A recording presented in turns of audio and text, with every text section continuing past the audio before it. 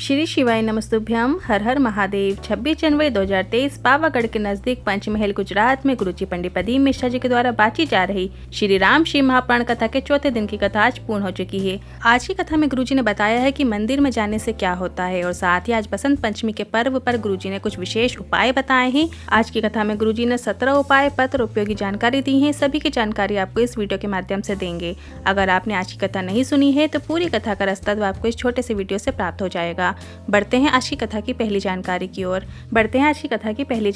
ओर। कथा शुरू होते ही गुरुजी ने कहा, इस मृत्यु लोक में आने के बाद ऐसा कोई भी नहीं है जिसके जीवन में दुख ना आया हो। अब चाहे वो देवता हो, भगवान हो या कोई भी मनुष्य हो, इस मृत्यु लोक में दुख मिलता है। इसके बाद गुरुजी ने बताया, इस संसार में आपको दुख से बचने के लिए भगवान का स्मरण कीर्तन में जाना चाहिए और अपने दुख को अपना ना मानकर उसे भगवान का दिया हुआ मानोगे, वो दुख आपको आपका नहीं लगेगा। बढ़ते हैं आज की कथा की दूसरी जानकारी की ओर। दुख आने पर आप शिवालय में जाकर शिव से ये नहीं कह रहे हो कि मेरा दुख काट दो, बल्कि दुख आने पर आप शिवालय में जाकर मुस्कुराते हुए 1 लोटा जल चढ़ा देते हो।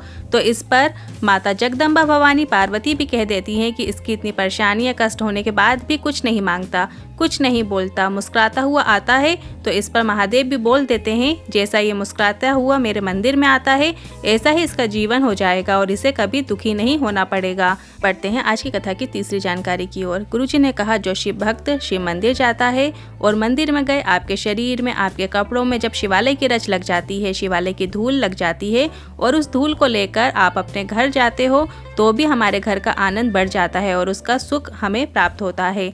बढ़ते हैं आज की कथा की चौथी जानकारी की ओर। माता पिता बचपन से 20 वर्ष तक अपने बच्चों को राम बनाने का प्रयास करते हैं, उन्हें सही सीख देने का प्रयास करते हैं और केवल 20 दिन बुरी संगत पड़ जाने पर वो बच्चा रावण बन जाता है। आप अपने बच्चों की आदत डाल दो कि शिव जी के मंदिर में जाना है, 1 लोटा जल चढ़ाना है। जिस घर के बच्चे शंकर भगवान के मंदिर की सीढ़ी चढ़ना सीख जाते हैं, जिस घर के बच्चे शंकर भगवान के द्वार जाना सीख जाते हैं, उस घर के बुजुर्ग कभी भी वृद्धाश्रम नहीं जा सकते, क्योंकि जो शिव की पूजा करना जानता है उसे अपने घर के बुजुर्गों की सेवा सत्कार करना भी आता है, जानता है वो। बढ़ते हैं आज की कथा की 5वीं जानकारी की ओर। जो बारिश का पानी होता है, आकाश का जल बरसात के रूप में जब जमीन पर गिरता है तो वो जल जमीन से गड्ढे में जाता है, गड्ढे से नाली में, नाली से नाले में जाता है, नदी में जाता है, नदी से तालाब और सरोवर में होता हुआ समुद्र तक पहुंच जाता है। उसी तरह आपके घर के नजदीक जो शिवालय है उसमें जो शिवलिंग है उसमें आपके द्वारा चढ़ाया गया जल भी महादेव तक पहुंच जाता है। बढ़ते हैं आज की कथा की 6वीं जानकारी की ओर। आज की कथा में गुरुजी ने बसंत पंचमी के 2 उपाय बताए हैं जो कि रोग मुक्ति या फिर किसी कार्य में सफलता प्राप्त करने के लिए करना है, जो कि इस प्रकार है। गुरुजी ने कहा, आज बसंत पंचमी है, आज महादेव को 108 सरसों के फूल से श्रृंगार किया जाता है या फिर 108 सरसों का फूल अर्पित किया जाता है। अगर डॉक्टर भी बोल देते हैं कि शरीर में बड़ा रोग हो सकता है, रोग मुक्ति के लिए सरसों के फूल को महादेव के शिवलिंग पर अर्पित किया जाता है। इसके बाद गुरुजी ने कहा, सरसों का पुष्प शिवलिंग पर अर्पित करके जांच के लिए चले जाओ, रिपोर्ट सही आना शुरू हो जाएगी। रोग मुक्ति के लिए शिवलिंग पर सरसों के पुष्प अर्पित किए जाते हैं। बढ़ते हैं आज की कथा की 7वीं जानकारी की ओर। इसके बाद गुरुजी ने कोई कार्य में सफलता प्राप्त करने के लिए भी सरसों के फूल का महत्व बताते हुए गुरुजी ने बताया है कि सरसों का पुष्प होता है, कोई आप कार्य करने के लिए जा रहे हो उसमें भी सरसों का पुष्प बहुत प्रबल होता है। इसके बाद गुरुजी ने और जानकारी नहीं दी है, अर्थात आप कोई कार्य के लिए जा रहे हो और उस कार्य की सफलता प्राप्त करने के लिए आपको सरसों का पुष्प शिवलिंग पे श्री शिवाय नमस्तुभ्यम बोलते हुए अर्पित करना है और फिर उस कार्य के लिए आपको निकल जाना है। बढ़ते हैं आज की कथा की 8वीं जानकारी की ओर।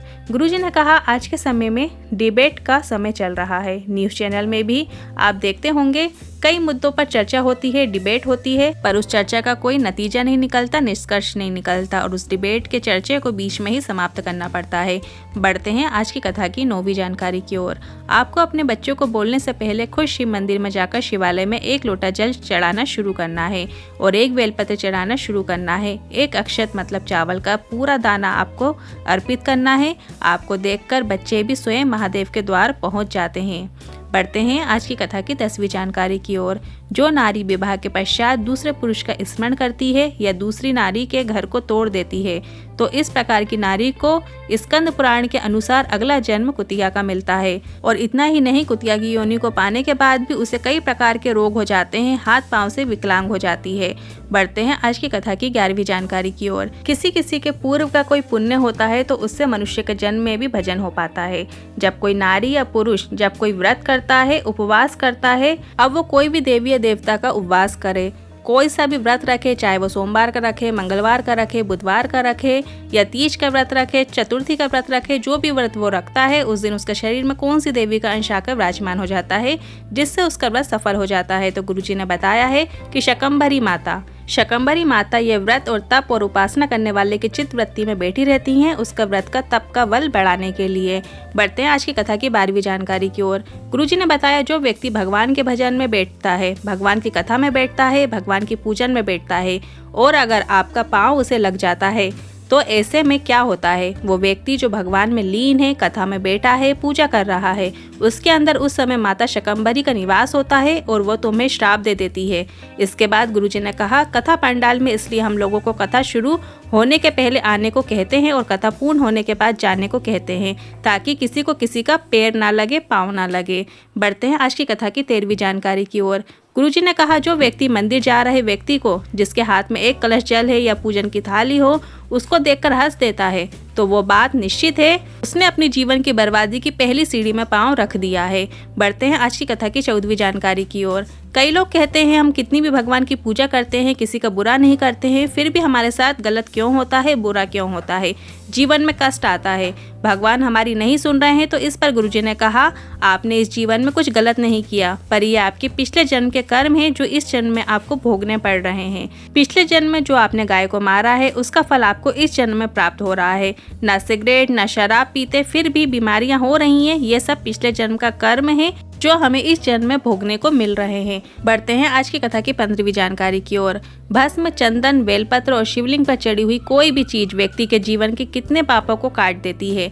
चंदन और भस्म अगर आपके मस्तक में लग जाता है तो आपके पिछले जन्मों के पाप भी कट जाते हैं और आप अपने पिछले जन्मों के पापों के प्रभाव को भी शिव पर जल भस्म चढ़ाकर, बेलपत्र चढ़ाकर अर्पित कर कम कर सकते हैं। बढ़ते हैं आज की कथा की 16वीं जानकारी की ओर। एक पत्र आया मोहित चतुर्वेदी अहमदाबाद से। उन्होंने पत्र में लिखा कि मैं बहुत अधिक कर्जे से डूब गया था। मैं एक प्राइवेट कंपनी में जॉब करता हूँ। मेरे पर इतना कर्जा बढ़ गया था कि पूरी सैलरी EMI में चली जाती थी। मेरी नौकरी का भी नोटिस आ गया था, वो भी पक्की नहीं थी। मेरी सास शिव महापुराण कथा सुनती थी। उन्होंने मुझे बताया कि शिवलिंग पर जाकर 1 लोटा जल चढ़ाओ और मैं शिवलिंग पर जाकर जल चढ़ाने लगा। मेरी पत्नी पशुपतिनाथ व्रत करने लगी। बड़ोदरा की कथा में मैं पूरे परिवार के साथ आया था और पशुपतिनाथ व्रत पूर्ण होते ही मुझे एक और लेटर आया। वो लेटर मेरे प्रमोशन का था और बाबा की कृपा से 1 लोटा जल से मेरा कर्जा भी चुक गया, प्रमोशन भी हो गया। उसी का आभार व्यक्त करने आज कथा पंडाल में आया हूँ। बढ़ते हैं कथा की 17वीं जानकारी की ओर। शिव महापुराण कहती है शिवलिंग को पकड़कर प्रार्थना करना और दर्शन करना, इन सभी का वर्णन कल की कथा में गुरुजी करेंगे। अगली कथा अश्वत्थामा शिव महापुराण कथा बुरहानपुर में होगी, नवीन कृषि मंडी में होगी। बुरहानपुर के आसपास के शिव भक्तों को गुरुजी ने कहा है कथा पंडाल में आकर कथा का आनंद प्राप्त कीजिए और इस कथा का समय दोपहर 2 बजे से 5 बजे तक होगा। इसे आप YouTube आस्था चैनल पर भी देख सकते हैं, फेसबुक पर भी देख सकते हैं। कथा का समय रहेगा दोपहर 2 बजे से 5 बजे तक। एक बात जो गुरुजी हमेशा बताते हैं कि शिवलिंग पर चढ़ी हुई बेलपत्र को आप औषधि रूप में खा सकते हैं। जैसे शिवलिंग पर से हम बेलपत्र औषधि रूप में लेते हैं, निवेदन करते हैं और खा सकते हैं। पर जो और कहीं चढ़ी हुई बेलपत्र होती है, जैसे अशोक सुंदरी माता पर चढ़ी हुई बेलपत्र होती है, उस बेलपत्र को हम नहीं खा सकते हैं। हाँ, यदि अशोक सुंदरी माता के स्थान पर दूर्वा आपने चढ़ाई है तो उसका सेवन आप कर सकते हो या कुछ खास विधि से सेवन कर सकते हैं। शिवलिंग पर चढ़ी हुई बेलपत्र को एक खास तरीके से उठाया जाता है और एक खास तरीके से खाया जाता है। सबसे पहले आप बाबा से विनती कीजिए कि मुझे इस रोग के लिए औषधि रूप में बेलपत्र प्रदान कीजिए। इसके बाद आप शिवलिंग पर से बेलपत्र उठा सकते हैं।